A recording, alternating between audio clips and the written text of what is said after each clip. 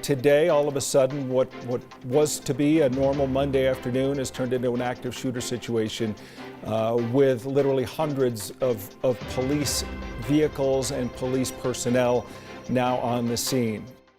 My younger daughter called me and said that there is a shooter at King Soopers and that she thinks her mother's there and she knows she's dead.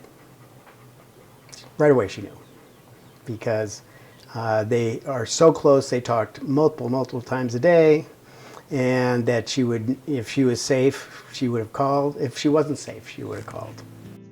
12 excruciating hours later, it was confirmed. 65-year-old Jody Waters was one of the 10 who died at the hands of a gunman in a Boulder King Soopers store on March 22, 2021. That was the last time we had a TV on in our family. We did not watch we didn't have anything on, we didn't read anything about any of that going on, because it didn't matter anymore. We don't yet know exactly what's happened here. We're hoping to learn more information. Nothing that they were going to say or talk about in this whole episode was going to change anything. Childhood sweethearts Chuck and Jody were married for more than 30 years and, although divorced, were great friends and co-parents. She's been central in my life since we were 14. She helped me pick out the carpets. I just redid the place last year, and I mean, she's everywhere. I wanted to be the best former husband that I could be.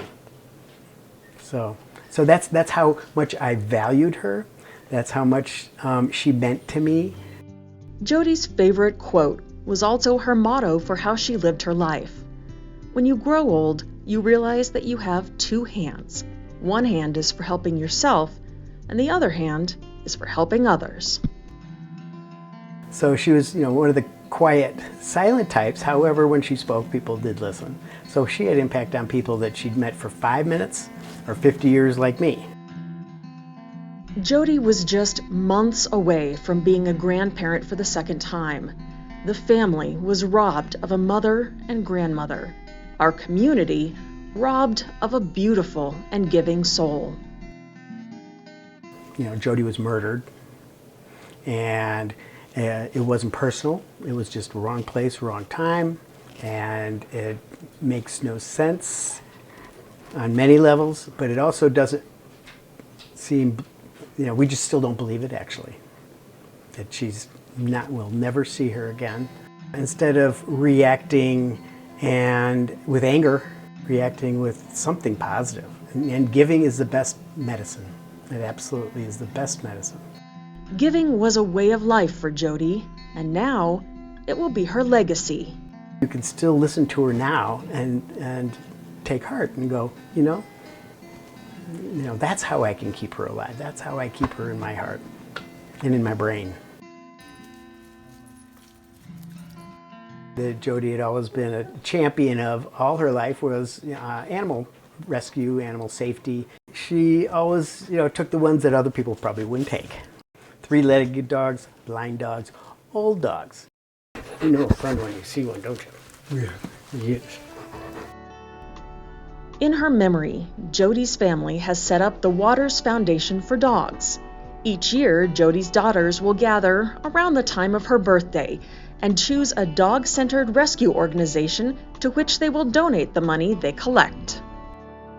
Underlying purpose of that is that it keeps Jody's character alive, character of giving, something that reminds them these things endure.